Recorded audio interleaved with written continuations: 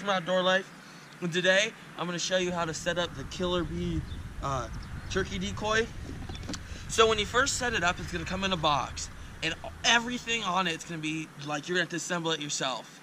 But I was 10 years old when I first got this decoy, and I used it a few times, but now since I'm older and I can go out hunting by myself a little bit more, I'm going to start using it again.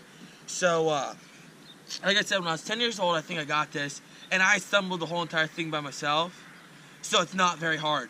So what you're about to see me assemble is, if the main pieces on the inside, which I will show you what they look like, are already assembled, and then they give you this little bag, and then this is what you can carry it in when you're out in the field. So yeah, so this is gonna kind of be like if you already had it set up and you're gonna go take it out in the field and start to use it. So this is a partial setup, but still it's very simple. And I like to carry a female decoy with me. So I have my female decoy, and this one, I don't even know what this is. I bought these so long ago. It's just a real, you just put your hands in the inside and pop it out. So I don't even know what brand this is. And that's her stake in there. So you have the fan, and when you first buy it, they're gonna have this little attachment to where if you've already shot a turkey, you can put the real fan in there. But if you haven't shot a turkey, or you don't want to use the fan for this purpose, they come with this artificial one, which still works because I've brought in, me and my dad have brought in turkeys brought in turkeys to this. So then I have this little baggie with the string, and the nice thing about this is when I show you when I put on the fan, there's this little clip right here, and it pulls down that back piece, and that's where your fan's attached. It just gives it a real like thing, and I really like that. So when you've got it here, it's gonna come with just this little butterfly washer. I don't know what that's really what it's called. It looks like a butterfly. This little washer here, or screw piece, that's not there. And then when you open it up, I don't know if you can see that, there's a metal rod where it holds the stake that you actually put it in the ground with. This, but you have to take it out because it wouldn't fit in the bag if you still had it in, and that's not there. But if you read the directions, it's very simple. So let's say you already have it assembled and you're out in the field. What I first like to do is, I like to get my stake, and on the stake you'll see there's a groove right there. There's a long slit, and then there's a little open spot. Well, on here, about half an inch up the beginning of the bolt, I don't know if you, the beginning of this rod, I don't know if you can see that, there's a little knob. So what you want to do is you want to line this hole, you want to line that slit up with it, and then twist it over. Very simple. Let me bring you guys over here real quick.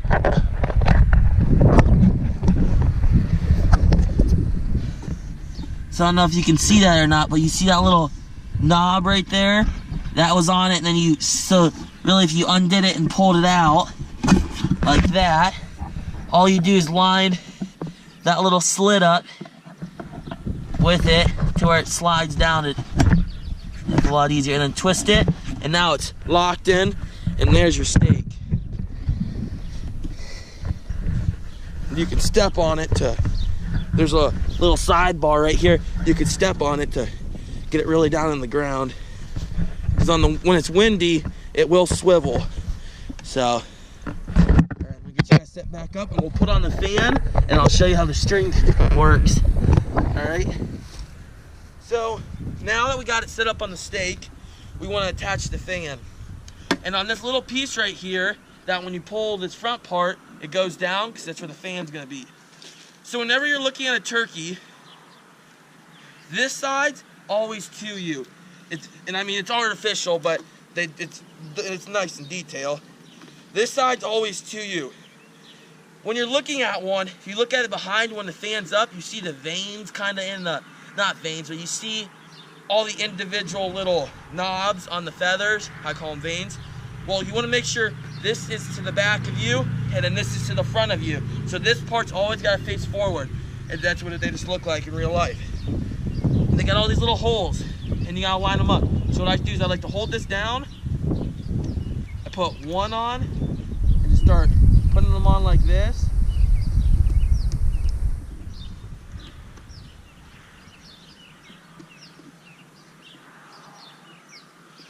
gonna open this up, and there's a lot of extra little nuts and stuff that you can, that holds it down, and they give you some extra pieces. So you take the small one, it's like the one right here on top, you take that smaller one, you're gonna screw it down, and I know you can't really see it right now, but when I get done doing it, I'm gonna bring the camera up a little bit closer. And until you get used to it, it's kind of a little bit tedious to do.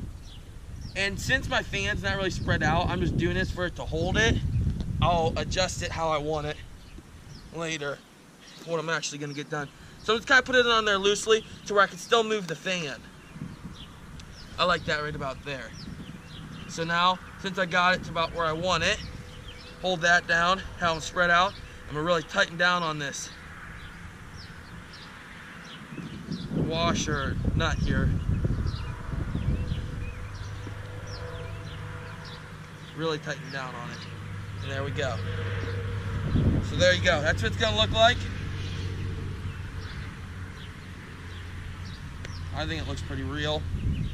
It is moving just a tad bit, so I'll keep on really tightening it down. And then this is like I said, this is a Killer Bee turkey decoy, and it's by Primos.